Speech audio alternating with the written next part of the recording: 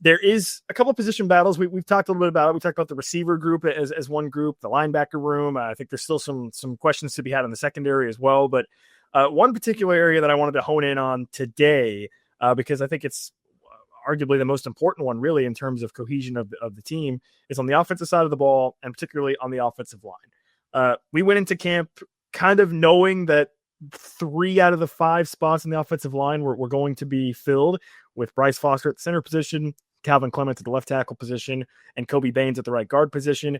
And that left 2 spots open, and it's been a pretty competitive battle as far as we can tell, as far as we've seen and heard.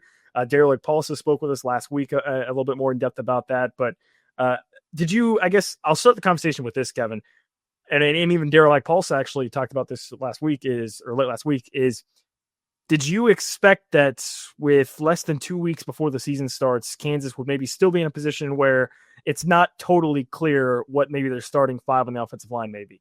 Yeah, I think so. I don't know that I expected both positions to still be open, Nick. I think maybe I felt like it, and I didn't know which one would be solved, but I think I thought that maybe one of the two would have worked itself out to where you knew who the starter was, and then you go into sort of that first week of the season, maybe with one of those spots still open competition. And when you look at last year's team, wound up being a really good offensive line. You know, if you look at all the metrics, very good offensive line. Bryce Foster, I think, said that KU should have gotten some love from the Joe Moore Award when we talked to him this past week. But you even look at that team, Nick, and my point was Shane Bumgarner was still playing 50-plus snaps in week 4. He played, I think, 27 snaps in week 5. And so it wasn't something that got solved heading into week 1. You still had some guys that were kind of kicking around, some guys playing in the rotation.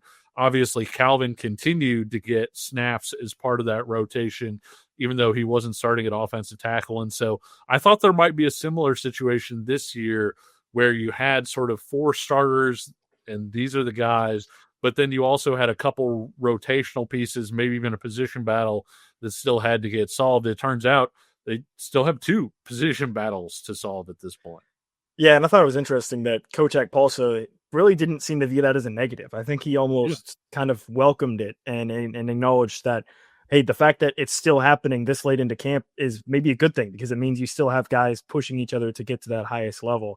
When you look at the tackle spot, it feels like that's kind of narrowed down. You've got Enrique Cruz, the transfer out of Syracuse, coming in. Nolan Gorsica, who's been more of a stalwart player for KU. Never really been a full-time starter, I guess you could say, but has played a lot of snaps at KU over the past couple of seasons at the right tackle spot. When you look at the guard position, that's the one that, to me, I guess, just sort of trying to read the tea leaves a little bit, that's the one that seems to me that there's a bit more of an intense competition in terms of who might get that spot. You've got James Livingston, you've got Tavaki Tuikolovatu from UCLA, you've got an Amir Herring in there as well, battling for that spot. Which spot are you more intrigued by, Kevin, and maybe which spot do you think maybe we could see, as you alluded to, more of a rotation? Maybe it's not one guy that wins it, and it's a kind of more of a rotation. Yeah, I think that you could see a rotation sort of at that guard spot. I think that they've been pleased with a few different people there, and so it wouldn't surprise me at all to see, say, James Livingston win that guard spot, Tavake Tuikolovatu, to get reps, or vice versa, and Amir Herring, kind of thrown into that group. At right tackle, I think it's maybe one, I don't want to say that would get solved, before the first game, but I think it feels like there's maybe a likelihood that position could at least have somebody with a little bit of an edge, even if it's a razor thin edge heading into that opener. Of course, as we've seen with this Leipold staff and pretty much every college football team across the country as well, who starts your first game isn't necessarily who's going to be starting your 6th game, your 8th game. And you can do that for a lot of different reasons. One is just ineffectiveness. Maybe somebody isn't playing as well. You give the other guy a shot, and he winds up playing extremely well, and you've got it solved. There's injuries and all those different things. And to your point, I think that's part of the reason that Agpalsa and, to a lesser extent, Lance Leipold haven't seemed all that concerned about the offensive line stuff. Is you're going to need more than 5. you are going to need 6, 7, 8, 9 guys over the course of the season. And so I think the fact that they've had guys like Amir Herring, he was another guy that Bryce Foster kind of singled out, just sort of, hey, this is a guy that got reps while I was out, and he made the most of those reps. I'm back. So, Bryce Foster is going to be the starting center for Kansas. Sorry if I ruined KU's depth chart by putting that out there. But Amir Herring did enough in that open sort of center spot when Bryce Foster was out that they said, hey, like, let's give this guy a shot. He's starting to earn some trust. And that's something that Foster talked up about Amir Herring. And so I do think that there have been some opportunities there when you look at Tavake Tuikolavatu missing a lot of the spring, maybe cost him a chance to come in and really put his foot down in that competition. Enrique Cruz didn't arrive until late, and I thought Nolan Gorska has done some good things. We've even heard some positive things about Jack Tanner, sort of being better right now than he was at the start of camp. And so I do think that this is a group that they feel pretty good about. I don't know that these are the starting 5, but we may have 8 or 9 guys that we can send out there on a Saturday and feel pretty good about. Yeah, a quick note on Bryce Foster. You mentioned it. He was out to start camp with had been dealing with an injury that he'd suffered in the off season.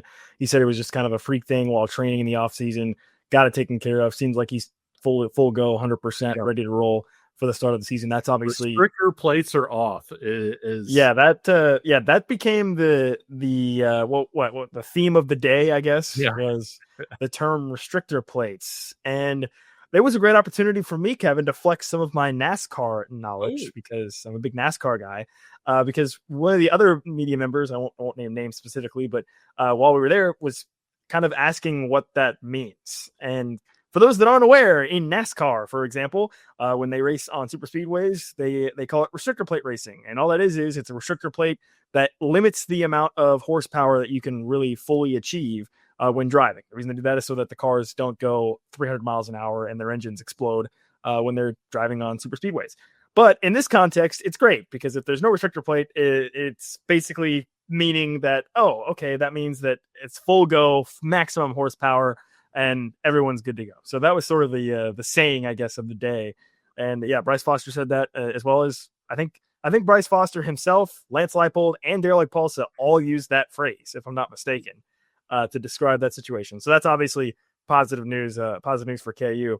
And then you kind of outlined it as well. I think when you look at the right tackle spot, Enrique Cruz showed up in the summer. And let's face it, I mean, Lance Leipold typically has a little bit of deference towards guys that are already in the program, guys that have, already been there. And so maybe that means Nolan Gorska's got the edge to start the season, but Enrique Cruz maybe could still overtake him at some point during the season. Kind of same deal at the guard spot when you think about a James Livingston and Amir Herring, 2 guys that have now been in the program versus Tavake Tuikolavatu. I'm going to get that nailed down. Don't worry. Being injured in the spring and then getting going in fall camp. So, I don't think it's a bad thing. And I'm tending to agree with sort of the casualness that Derek Paulson and Lance Leipold are taking with this issue, because as you said, injuries could happen. You're going to need that depth. And if it's truly a position battle all the way up to opening kickoff of the first game of the season, that's not a bad thing, because that means that you probably have 2 guys that are really pushing equally hard. I don't think, but let me say this, and I don't mean to throw this in any shade or anything, Kevin. This is not a 2015 KU football position battle in that it's who doesn't suck less. Okay. I think this is more along the lines of these are players that are actually truly pushing each other and trying to elevate for that starting job. That's kind of where I'm at. I believe the polite way to put it, or the way that I've typically put it is, a lot of times you need a guy is playing because you need him to play. Whereas in this case, it's because a guy is good enough to play versus just sort of, hey, this freshman came in, the roster's a mess. We need this guy to play as a freshman versus, hey, this guy could play as a freshman because if he does play as a freshman, it's because he's good enough, not because there's a giant gaping hole on the roster. So correct. Yeah. Correct. Yeah. Or transfers too. Yeah. Yes, exactly.